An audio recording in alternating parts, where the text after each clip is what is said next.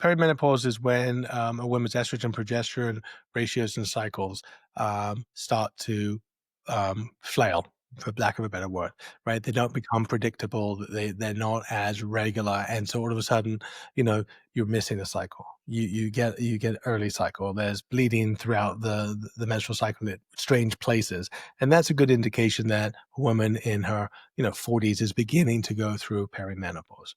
Menopause is when you've had 365 days and you haven't had a cycle. That's it. It's one day. It's the 366th day in which you haven't cycle. Menopause, wonderful. Now you're postmenopausal.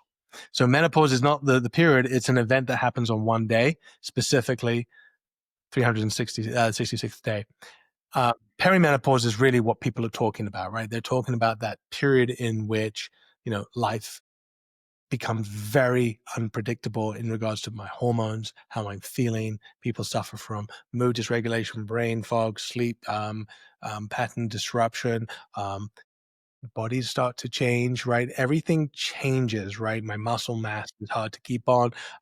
Maybe I got a little extra tummy fat. People talk about the tummy, men and women, and it's, they talk about this cortisol belly, right? And those are types of symptoms that should show up. And that's a good indication you're going through perimenopause. Okay. All right. Let's talk about the hormones then. So cortisol, what's the interplay here? Well, cortisol it's the same across all our lives, right? We want cortisol to be moments of high alert and then get out of it. We don't want to live in high cortisol. And when we live in high cortisol, the cause and effect is the same for everybody. Okay. If you can't get your cortisol down when you're trying to get ready for bed and go to sleep, right?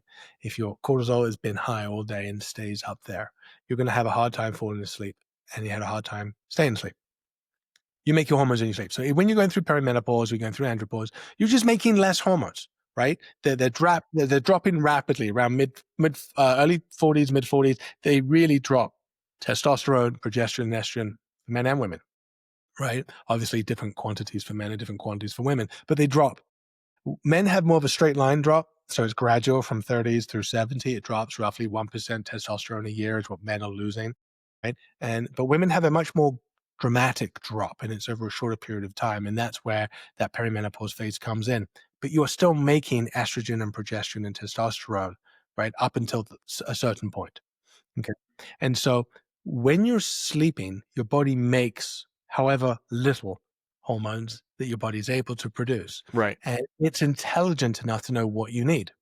And if you get the 7 to 8 hours of sleep, right, you're able to produce those hormones. And we've seen in our studies, in our clinical studies, that women's symptoms get significantly reduced, like 80% reduced.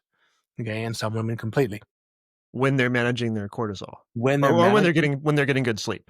when they're managing their cortisol, which enables them to get good sleep, Okay. Got it. right? Right? All things considered between sleep hygiene, diet, exercise, all things considered. But when cortisol is being managed correctly, they're able to naturally produce hormones they need, and their symptoms seem to be subsided substantially, if not go away. That's kind of how cortisol interacts. If cortisol is normal and stays normal, and you have the great natural rhythms that you should, women seem to be doing just fine. And so cortisol really is, in our opinions, in our studies, and again, we've got 4 IRB clinical studies, including open label, double blind, and single blind placebos that have been published in medical journals. It proves that when women can get their sleep, that their symptoms are substantially reduced.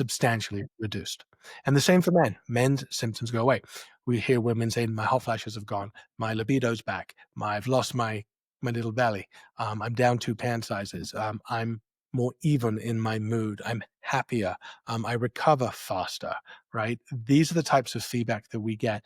And then with men, the same thing. I'm not snappy. I'm more focused. I'm packing on the muscle again. I'm losing the weight. I'm getting sleep, and my libido's back, and my energy's back. Those are the feedback that we get from our customers on a daily basis.